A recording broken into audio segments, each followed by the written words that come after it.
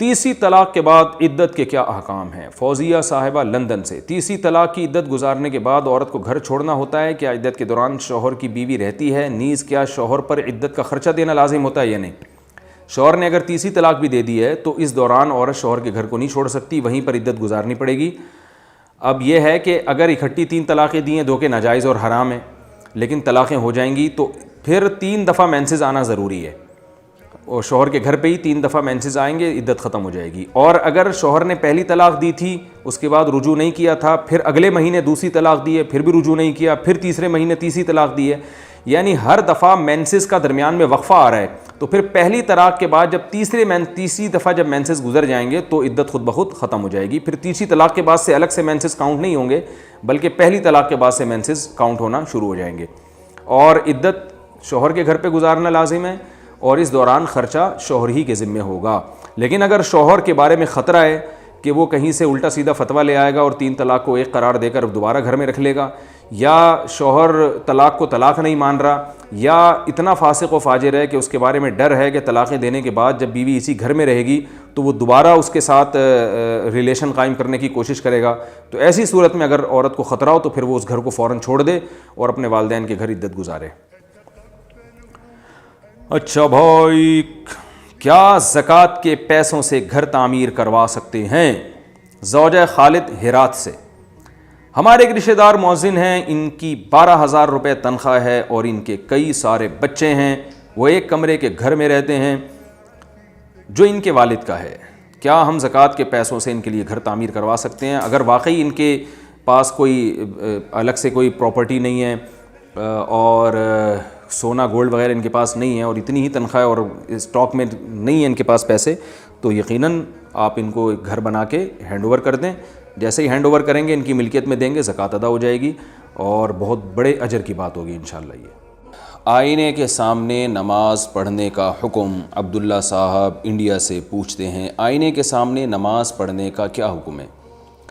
بھائی جب آپ آئینے کے سامنے کھڑے ہو کر نماز پڑھیں گے تو آپ خود نظر آئیں گے اس کے اندر، جب آپ خود نظر آئیں گے تو آپ پھر یہ محسوس کریں گے کہ میں کیسا لگ رہا ہوں، بار بار آپ اپنی طرف نظر ڈالیں گے، تو اس لیے اس سے توجہ بڑھتی ہے، اس لیے منع کیا جاتا ہے۔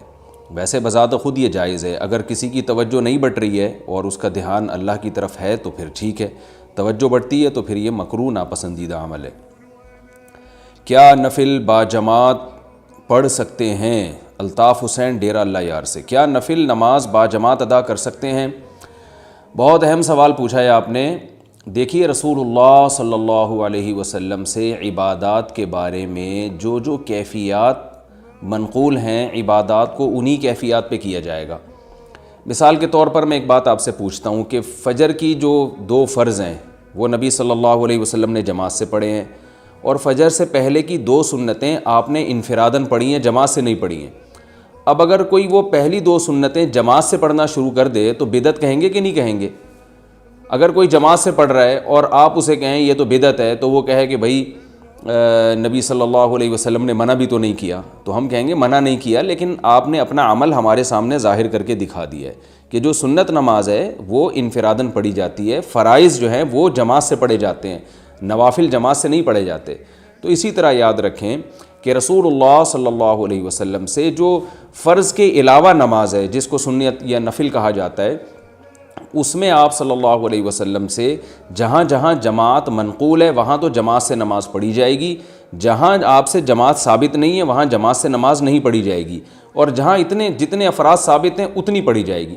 اب ہم دیکھتے ہیں کہ تراویح کی نماز میں نبی صلی اللہ علیہ وسلم سے جماعت ثابت ہے اور لامحدود افراد کی جماعت ثابت ہے، اس میں کوئی روک تھام نہیں لگائی آپ صلی اللہ علیہ وسلم نے، جیسے کہ صحیح بخاری صحیح مسلم کی حدیث ہے کہ آپ صلی اللہ علیہ وسلم نے رات کو نکلے اور صحابہ کی ایک بہت بڑی جماعت آپ کے ساتھ کھڑی ہو گئی، آپ نے نماز پڑھائی، پھر اگلے دن پھر تیسرے دن پھر، تو آپ صلی اللہ علیہ وسلم نے جب لوگوں کا رش دیکھا تو آپ نے فرمایا مجھے ڈر ہے کہ تم پر یہ نماز فرض نہ ہو جائے، تو آپ نے اس کو موقوف کر دیا، روک دیا۔ حضرت عمر رضی اللہ تعالی عنہ کے دور میں چونکہ فرضیت کا شبہ ختم ہو چکا تھا تو حضرت عمر نے دوبارہ سے وہ تراویح کی نماز کو ایک امام پہ جمع کیا اور بڑی جماعت اس میں ہونے لگی۔ تو تراویح ایک ایسی نفل نماز ہے جس میں بڑی جماعت بھی آپ کر سکتے ہیں، لوگوں کو دعوت بھی دے سکتے ہیں۔